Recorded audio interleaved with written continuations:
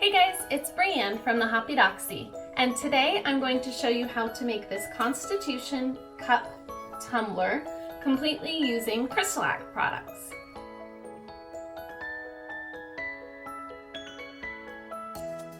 I wanted to make sure that this was a thorough, in-depth tutorial, so I will include timestamps at the bottom so you can go through it at your speed with the information that you need. I do apply the strips two different ways, one with glitter glue, but I also go in and do it with extreme protection, and you can use Brite tone if you don't have extreme protection, just because I know not everyone has the glitter glue. So there's two different ways to do the strips, and I will mark those two different options.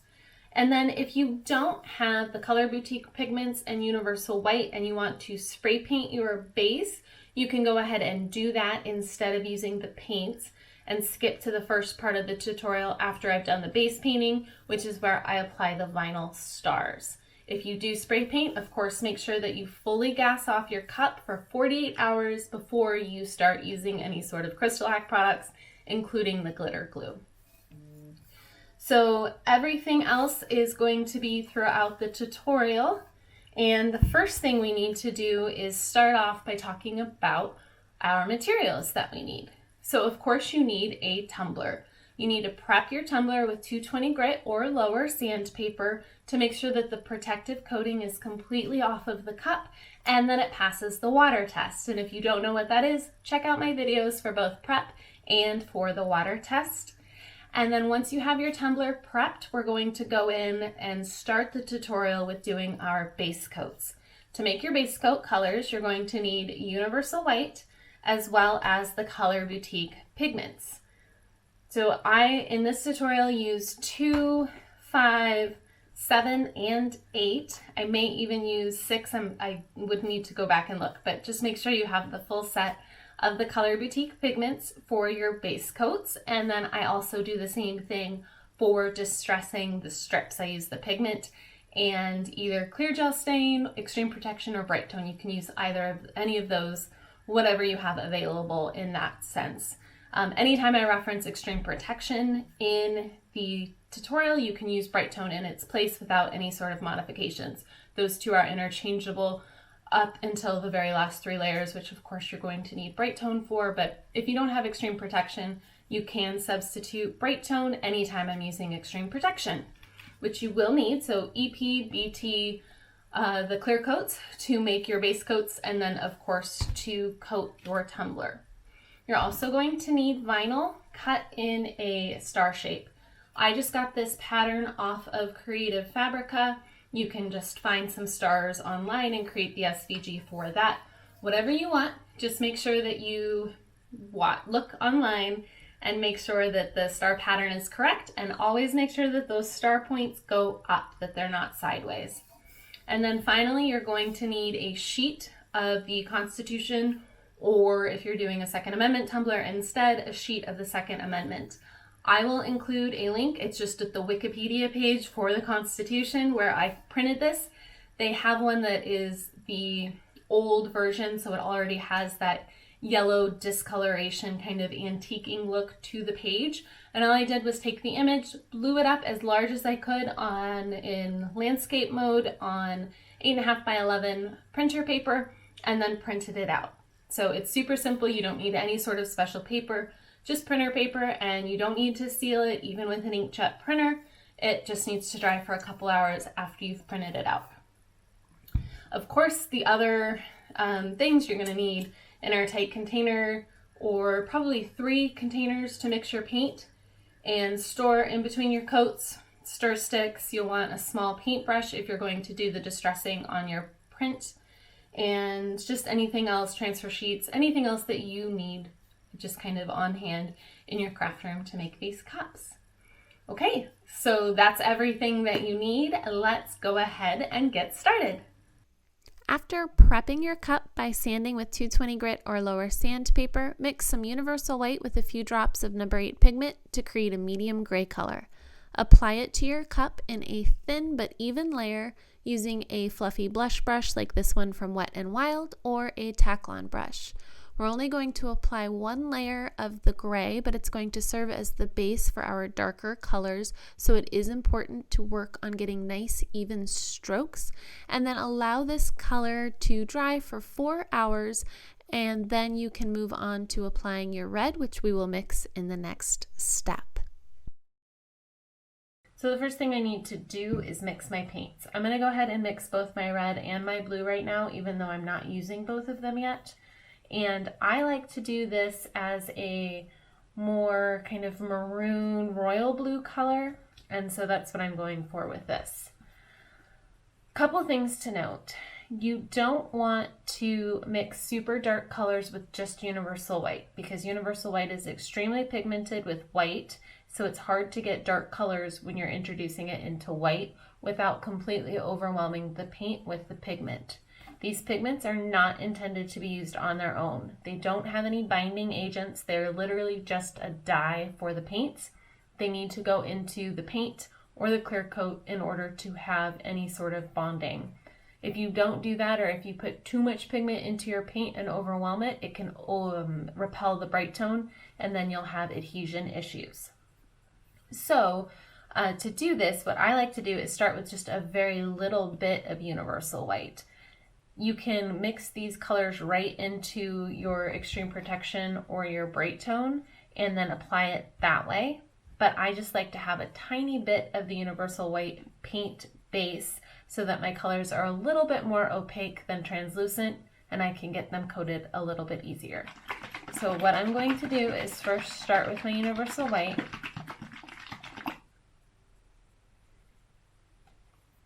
And I wanted to measure this out for you guys just so that you have an amount to base off of. So I have a teaspoon.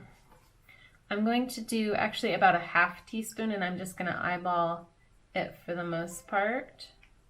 So just about a half teaspoon into each of these, just a very little amount.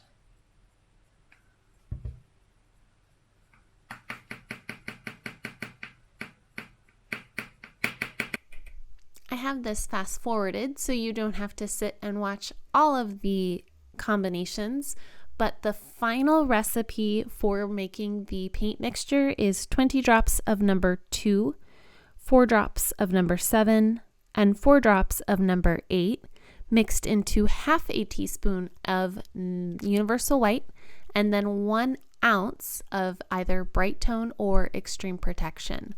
Now, I make a mention later on that the color was a little bit too purple and I needed to add more red pigment to make it a more red color.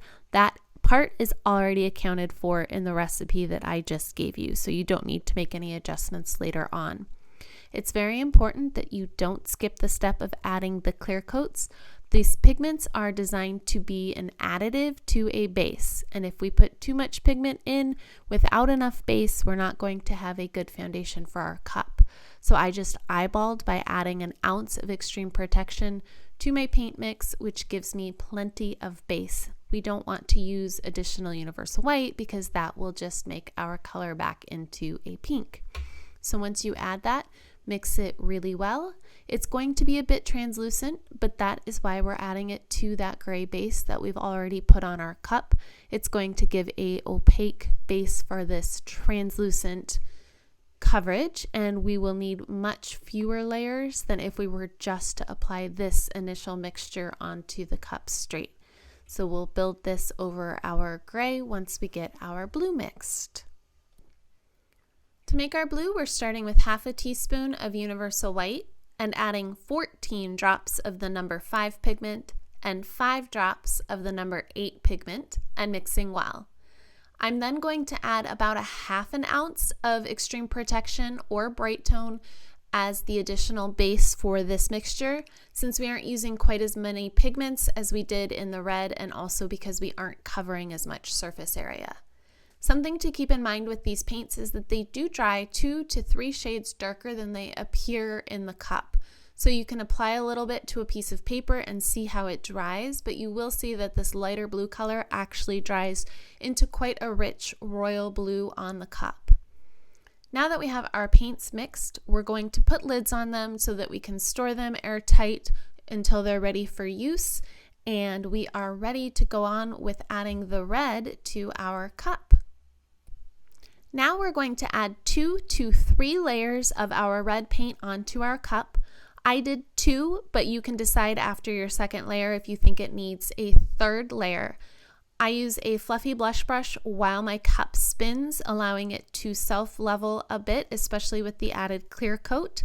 Just apply a nice thin layer, let it spin for an hour, and then move to a dry rack for 3 additional hours. I also added a little bit more red pigment into my second layer because I thought it was a little too purple, but I accounted for that in the recipe I gave you earlier, so you do not need to make any changes at this step. Second and third coats are the same thing. You just apply with light pressure over your entire cup as it spins, and then let each layer dry 4 hours, but your final layer will need to dry 8 hours before moving on.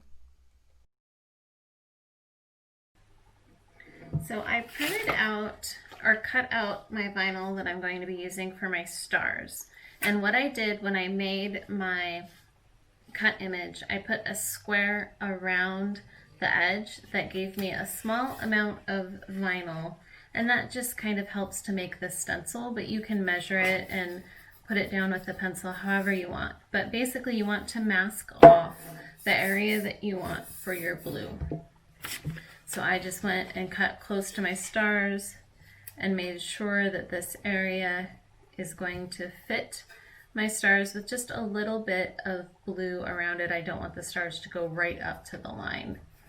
So now that I have that taped out, and then I put a little bit of painter's tape just around the edge to make sure that everything is taped off well. And then what I'm going to do, let me grab my brush, is I'm going to add some extreme protection down. You can also use Brite tone, it doesn't matter, whatever you have. I'm going to use extreme protection, and I'm going to just lightly go over this area to seal the stencil. And I'm going to be doing this part with the hang method because I only want to get it in this specific area. So I'm going to do just a very light amount. I'm going to put it over this whole area, but really what I want to do is focus on the stencil area. This is going to protect and seal the stencil so that any bleed that goes under it at this point is clear, and it'll blend in with the clear coat that goes over it, so that when we put our blue over, because the paint is so thin, it doesn't bleed blue.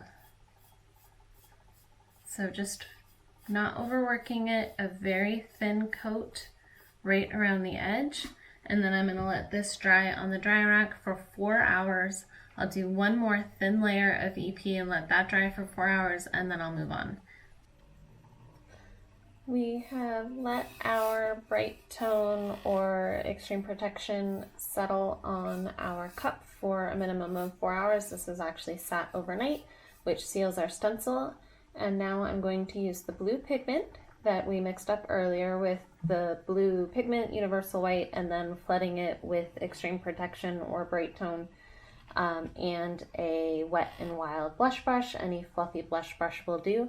We're going to do a couple very light coats, again using the hang method, because we only want it on this section. We don't want it around the whole cup, so we're not going to spin it. So I'm just going to start with a very little bit and then add more as I go. I do want to work fairly quickly so that I'm not overworking, but you can already see this has really good coverage to start with. So I'm just going to add it. This first coat will be probably a little bit streaky, which is fine. We just want to get this color laid down without having it drip elsewhere on the cup. If you're not used to using CrystaLac, that was way too much paint, this is a really good way to make sure you're not using too much product. So now that I've got it on, just gonna lightly go over it. I'm not gonna worry if it's too streaky, it will self-level a little bit. The key is that we don't want any drips. So if I hold it here, which you can't see, if I hold it vertically like this, I shouldn't be getting any drips or runs in the paint. So I can see it just barely pooling down here. So I'm just gonna take a little bit of it off.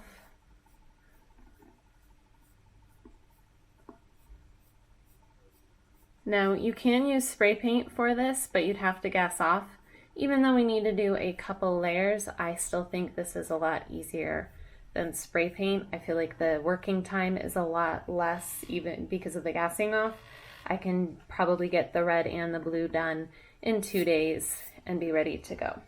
So I'm gonna let this hang dry for 4 hours, and then we'll just keep building our coats until we get the solid coverage that we want.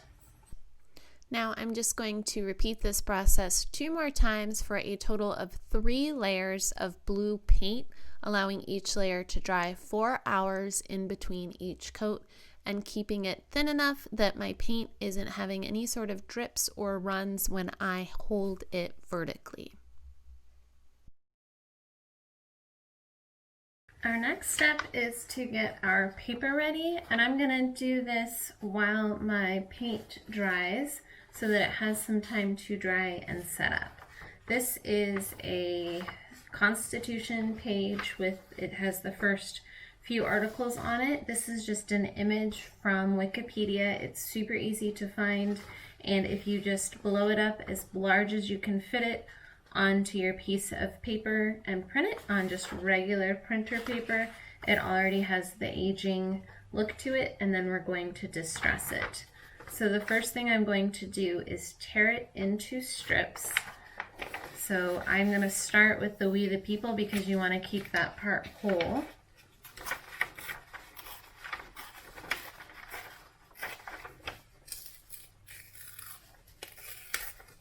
And just tear it, go slow so that you don't rip it.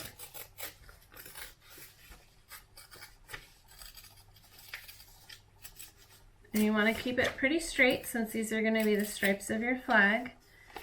And then same thing on the top to get these rough edges. Now if you pull up on the paper, you'll get white edges, so play around with how you want to pull it so that you're not getting too much of the white edge on the paper. That'll make sense when you're actually tearing it, but the direction that you pull the paper will give you, so this part has the white and this part has the color on it. And then we're going to do the edges.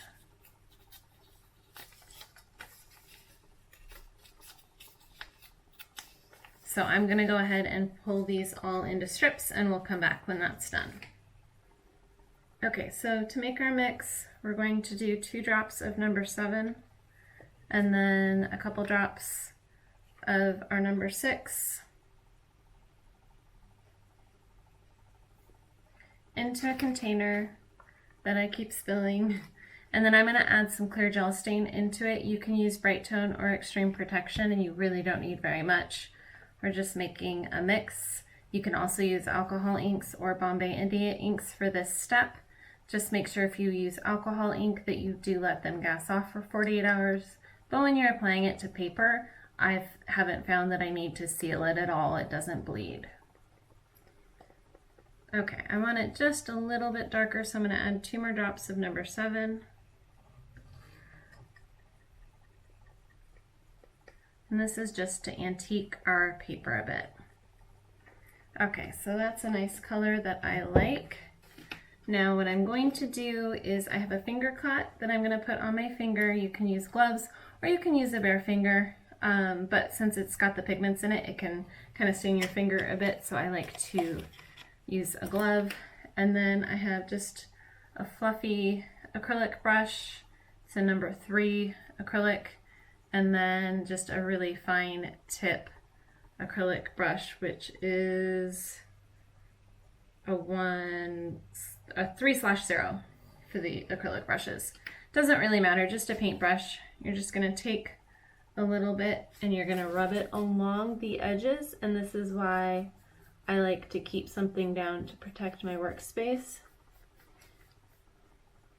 And then just a little bit over it, lightly, especially where the white edges are showing.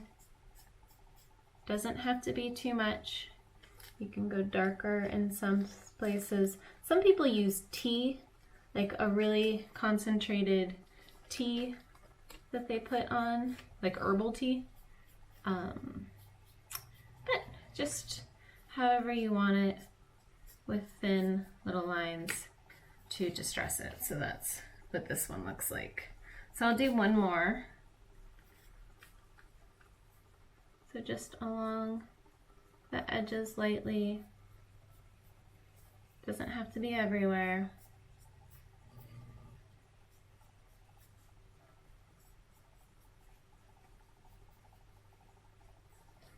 So there's that one. And it just kind of helps with the antiquing. So I'm going to finish doing all of those and come back and show you what they look like. When I'm done with this, I'm just going to let it dry overnight so that the paper has plenty of time to dry out. So this has our 3 coats total of our blue over it. And now I'm going to remove the tape and the vinyl, and then I will put our stars on it. So we're just going to carefully remove the vinyl.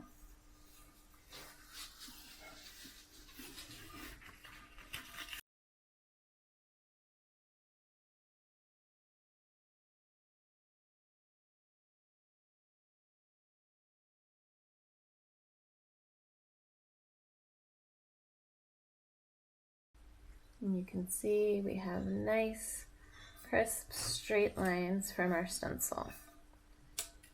And if there are any spots that aren't super clean and straight, we can clean them up a little bit, either by going over it with our red paint or using just a little bit of something like rubbing alcohol to remove it. We just have to be careful because it can go all the way down to the bottom layer too.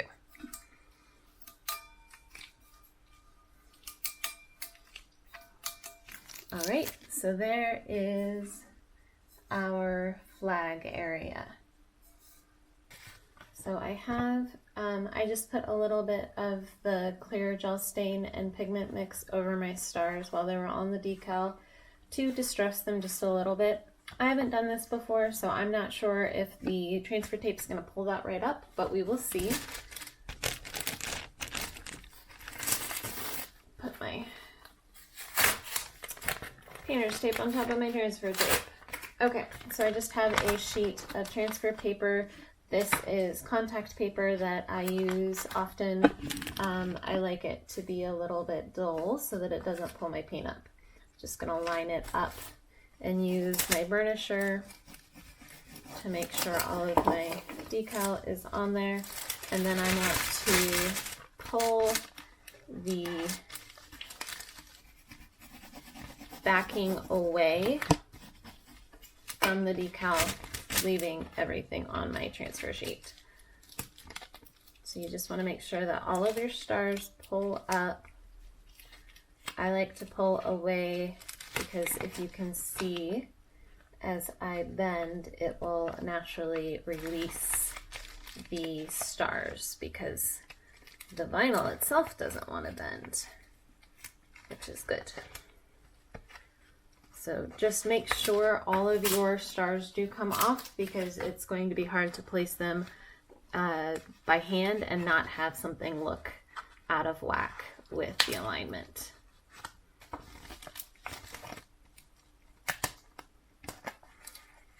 On that one. All right, so now we have it and we're going to move it over to our cup. So this is a trick that I like to do for lining things up if I don't want to use the wet method. So I'm just going to cut my vinyl in half, or my backing in half. And then I'm going to cover it, but leave just a little part in the middle. And that way, if I push down, nothing's going to stick to it and I can reposition it, but I can figure out where I want it. Okay, I'm going to get rid of this thing. It's not doing me any favors. I like to use a tissue box, so we'll see if that will help it. So I just want to line it up. I'm gonna cut this down a little bit so that I can see the edges of my stars, but still get it protected a bit.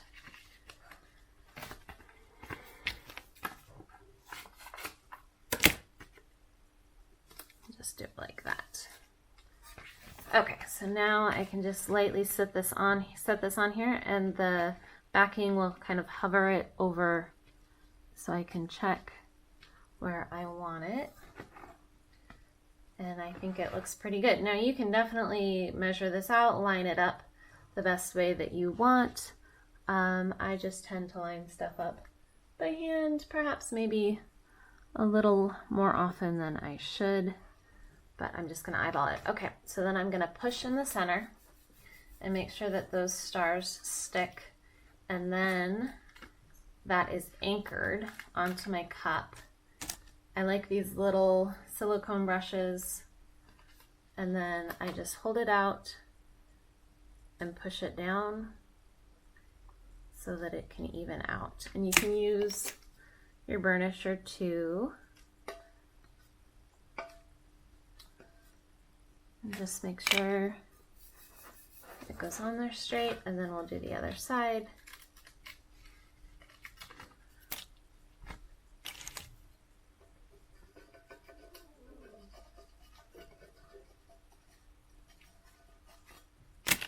And then we just lightly press over everything to make sure it's stuck to the cup. And then we remove our transfer sheet. It looks like a lot of our ink is staying on our stars, which is great. Okay, so now we have our star decal for our Constitution cup, and we are ready to go through and start adding our strips. So I've got gloves on. I'm only using gloves because this stuff is really sticky, and I'm going to be using my hands to apply this. It's not because there's nothing wrong with not using your hands other than it will make a giant, hard to clean mess because it's really strong. All right, so then I use a foam brush. This is really the only time I use a foam brush when I do my CrystaLac products because it can introduce a lot of air into the product. So I just got it wet and then I squeeze it out on a towel. I always start with the We the People first, and I do like to crinkle it up. If you keep it straight, that's just fine. I just like the way it looks. And then I just kind of eyeball where I want it to go. I like to start in the bottom corner of the flag. This part is totally up to you. And I just kind of get an idea of how I want it to go. Trying to deal with the camera angle a little bit better. Let me move the camera up a little bit while we work on this. So it's gonna go around like that. Okay, move the camera back down.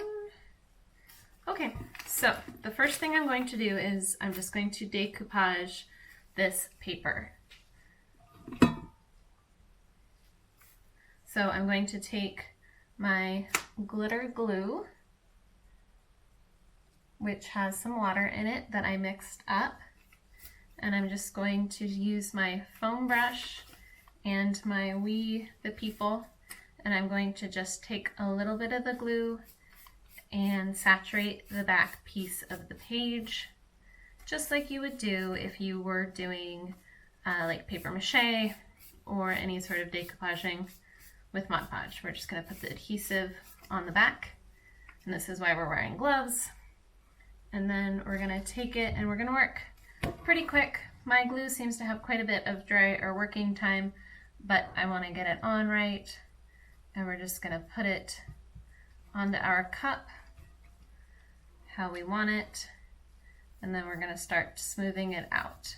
Now this is why I crinkle it, because I don't want to worry about it being a totally smooth piece of paper at this point. I like the way it looks antique. It's supposed to be antique.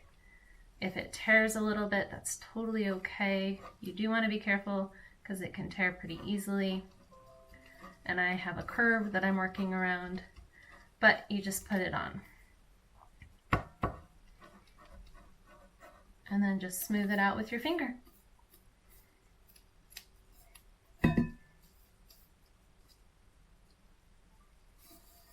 So there is the first piece. It goes on really nicely. And then what I'm going to do is just take a little bit more of the glue and put it on the top. It will dry clear, but I'm going to keep it very, very thin and just right along the paper. And this just helps seal it down. Not very much at all. And because we're putting it on the top and the bottom, we're going to make sure this dries nice and well before we put more on it.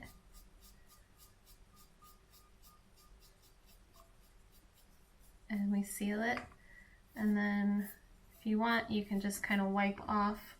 Paper towel is good. Any extra around the page. It will dry clear, but I just think that it makes it easier to get a smooth coat when you aren't working with a bunch of extra. So there's our first strip. Now we're just going to keep doing that with our other strips. So I'm going to set this down here. And then what I like to do now is start in this top corner and work on my flags. I choose to, oops, my glove just busted, but that's okay because I just need my fingers to be protected. I like to start at the top. I cut them in half because I think it's easier to work with. And then I just work my way around the cup with the pieces, and then I'll tear it off when it gets to this edge of the flag. So I'm going to start with Article 1. I have Article 1, 2, 3, and 4 pulled out, and then the rest are just, you really can't even tell what they are. Okay, so the same thing. Just a little bit of glue on the back. Saturate the paper on the back of the page. Make sure you get your edges and your corners, and then add it to your cup where you want it.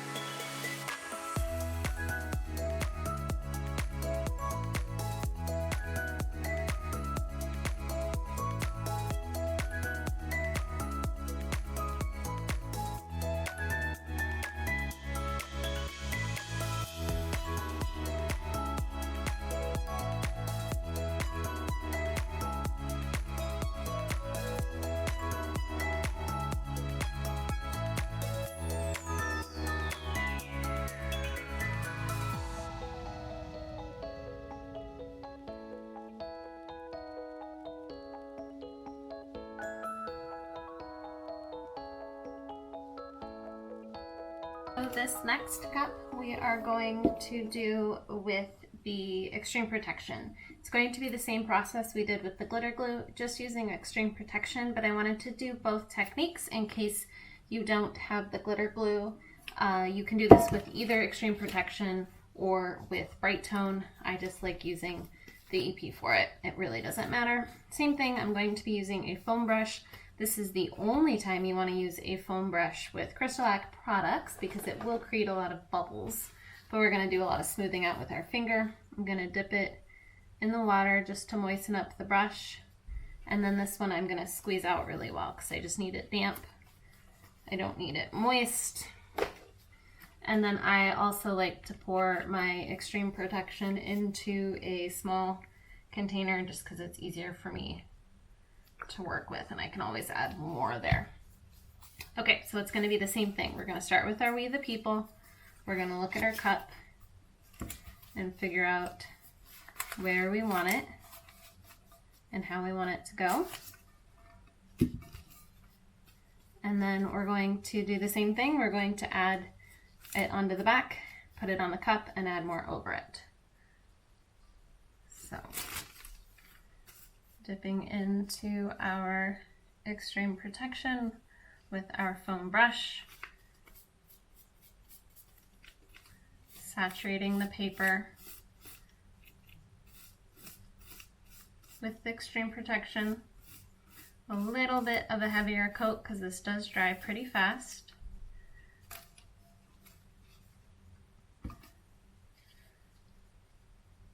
And then we're going to apply it to our cup, pressing it down as we go along. And then I like to curve it just a little bit, which usually tears my paper just a bit. I want to press any crinkles well so that we don't have a battle with it.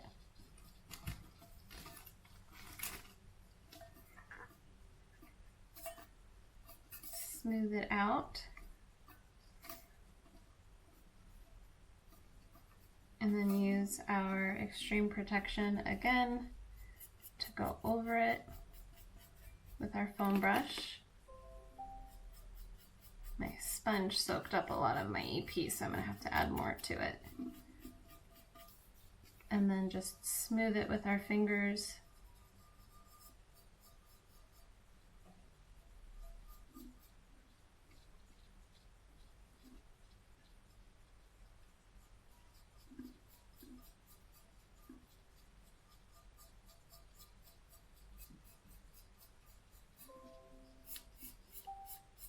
And this I'm not too worried about wiping off with the paper towel because that will all smooth out. So there's our first one. So now we'll keep going.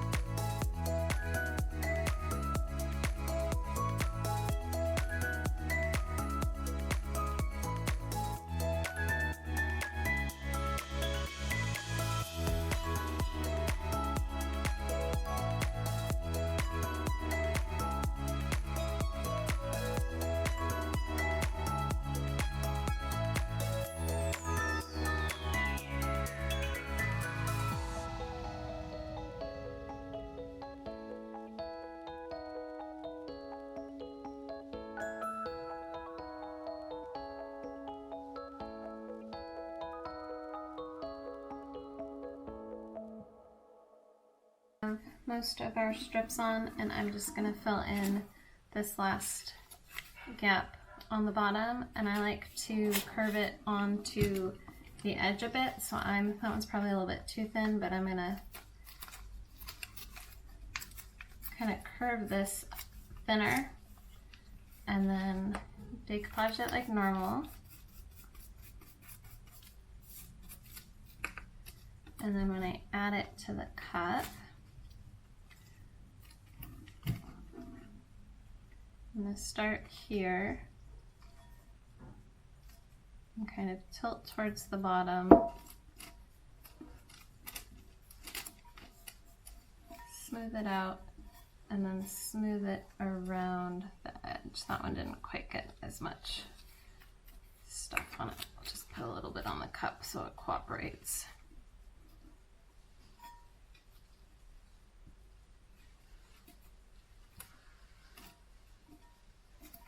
This one doesn't really want to bend around too much, so we'll just force it a little bit more. And I can get it more wet so that it will cooperate a little bit better. Just be really gentle with your touch, especially when you're smoothing it out over the top, because you don't want your paper to rip too much. Small rips are okay. It kind of adds to the old age appearance. And then just make sure it's really pressed down. So now I'm going to let this dry on my dry rack upside down so that the nothing gets sticky to the bottom. And since we used extreme protection for this one, we're going to let it dry out for 4 hours. And then while we do have to wait longer than the glitter glue we're probably going to do one more coat to seal the paper before we move on to putting the Brite tone on it. So that kind of takes up the time, but we'll see. If the glitter glue doesn't need another coat, then there's no reason to extend it. Okay, so we'll come back once this has dried 4 hours. So we have our cups and they are both dry and complete at this point for doing the strips. This is the one I used EP for, the Extreme Protection, and this one is the one I used the glitter glue on.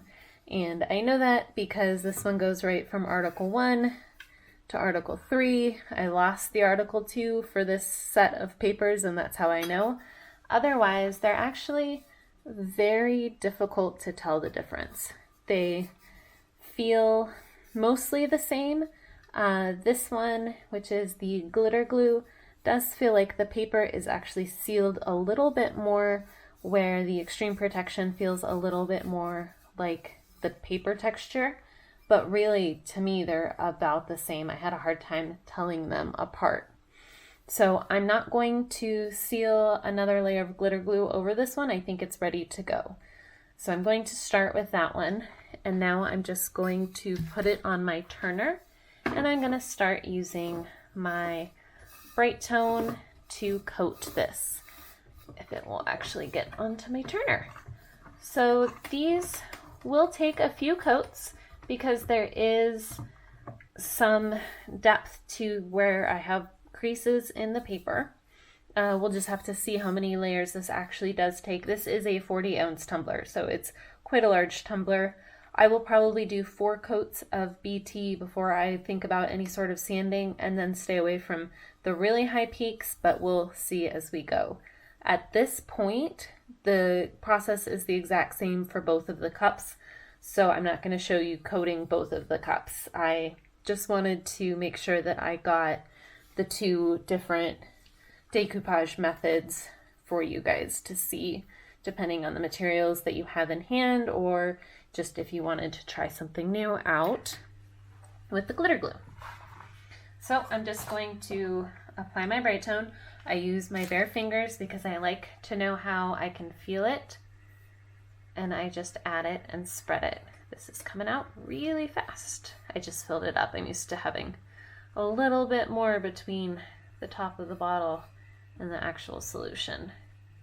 So I'm just gonna apply until the whole thing is covered, and then I will quickly go through and smooth it out, and then I'm gonna let my cup turner do the rest of the work.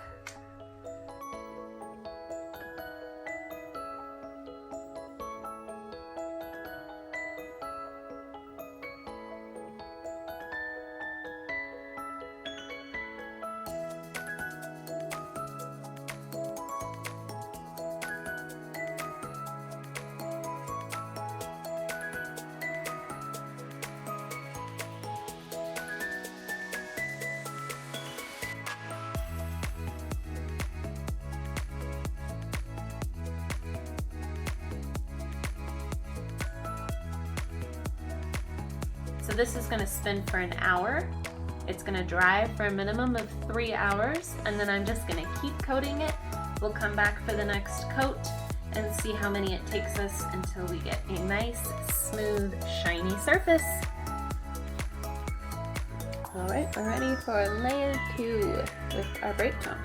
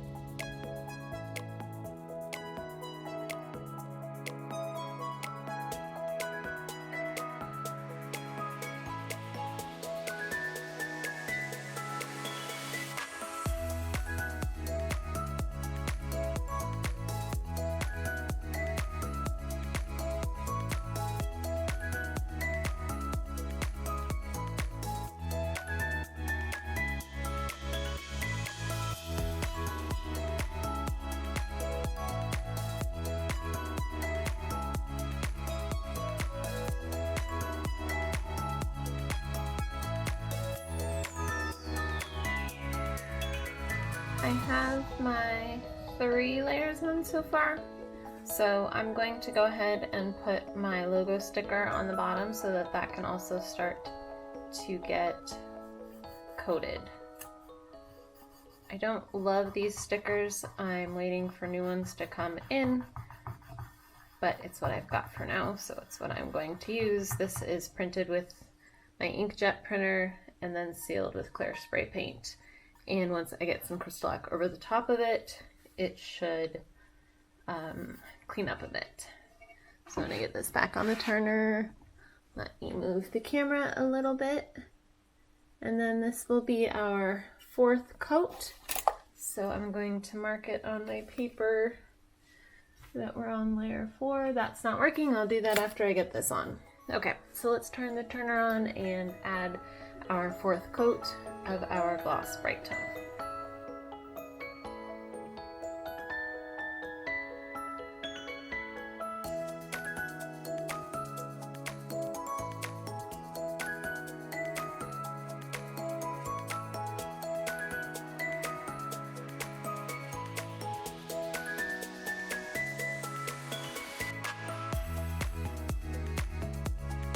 Here is our cup.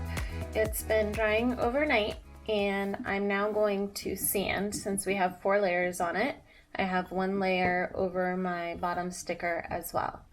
When you sand, it's always a good idea to wear a mask, just a spray paint mask, an N95 respirator mask, anything that will keep small dust particles from being inhaled.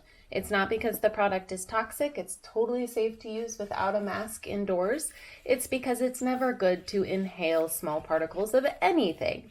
So just make sure you've got a mask on when you're going to sand. And then I do not recommend wet sanding. Always dry sand, because wet sanding is going to just take the product down much too quickly, and it's not necessary. When we say sand in between layers, we're really just meaning a light sand, and the only reason we're doing it is to knock down the high points. It's not necessary in order for the product to bond or build. You do not have to sand in between every layer like you do with something like spray paint. You just want to knock down high layers. Now the reason for that, and it's more applicable on something like a glitter cup, but we're going to do it on our vinyl here, is that you have, sorry, let me move the camera up just a little bit. Okay, so you have your cup, and then you have your vinyl. And the product gets applied both to the cup and the vinyl, and it will build. So you have your cup and your vinyl, and the product will build on both layers. And they're never going to catch up with each other unless you start to knock down those bottom layers or those top layers so that the bottom layers can catch up. That happens especially with glitter because it's completely an uneven surface. But with our vinyl, we're just going to do it very lightly. We're going to be using 400 grit sandpaper. I'm still using the old Festool from CrystaLac, but their new stuff is amazing. I like to just cut mine into a half piece. It's easier for me to work with, and then I feel like I can use the middle of my sheets better because I like to, you can even see here, I like to work on the edges, and this just gives me more edges. I use a sanding block. This is nothing special. I don't even know what grit it is. I got it free with something, but it's basically just a firm level surface that I'm going to put my sanding paper on. Put this over, and then we're just going to keep it parallel to the cup, and we're going to sand. We're going to do it very lightly because I don't have a whole lot of layers built up right now. So I'm really not putting a whole lot of pressure on this. I'm just letting the sandpaper grit do the work. So I'm just going to do a little bit over my vinyl and then kind of check it. And then I'm going to do it where I have my high points in my paper, which is probably not very easy to see, but where the paper is crinkled, there you can see that a little bit. The paper has texture to it, and I actually like leaving a little bit of texture on these finished cups. I think it gives it a really neat look, but I want to make sure that it's completely sealed and that there isn't any part of that paper that's up above the Brite tone and exposed, because then it will be susceptible to wet. It'll get wet, and that wouldn't be good. So I'm just going to sand lightly over the high points of my cup, not being very aggressive with it at this point. I'm just trying to get a little bit of those high points knocked down. In the beginning stages, you are going to have a little bit less accumulation, like right there. So that one's a little bit high, and so that actually wasn't covered with Brite tone. So I'm going to leave that part alone and move on. You do have the high points don't get quite as much Brite tone on them starting out, so you want to be a little bit lighter. And then this bottom part, because it has quite the crease on it, I'm definitely going to want to make sure to lightly sand that area. And then if you're having a hard time getting your sticker covered, you can definitely sand over that later on. But since I've only got one layer over it, there's nothing to sand at this point, or I would just be undoing everything I just did. So I'm just going to feel around, find a few little spots.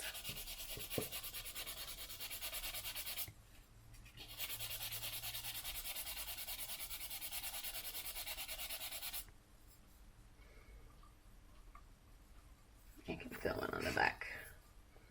Right here, that's that one spot. I'm going to go ahead and try and lightly sand, if you can see it, that little tiny area right there. It actually feels like it has a little bit of BT built up, like it pooled a little bit.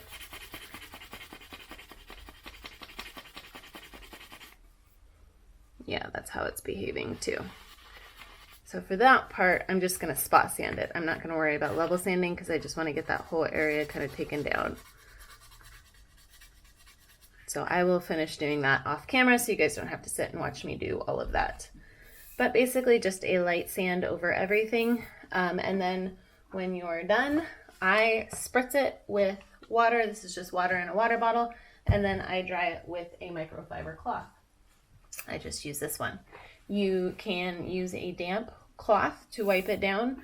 You can even use a dry cloth if you make, for making sure you get all of the sanding dust off. You can see it coming off on my hand. The key is not to soak it, not to wash it. Do not put it under running water. This product is still curing. It's only had 8 hours to breathe, so soaking it will reincorporate water into the product and it will undo those last 8 hours of drying out. So I'm just going to lightly spritz it just a little bit, and that helps to grab the sawdust, kind of like wet dusting. And then I'm just going to dry it right away really well. And if you see scratch marks on it, let's see, I don't know if you can see, if I move the light there down here, you can see a little bit of scratch mark. That will get covered up with the Brite tone. Those are just very light superficial scratches in the clear coat, and as we continue to cover, those will cover up.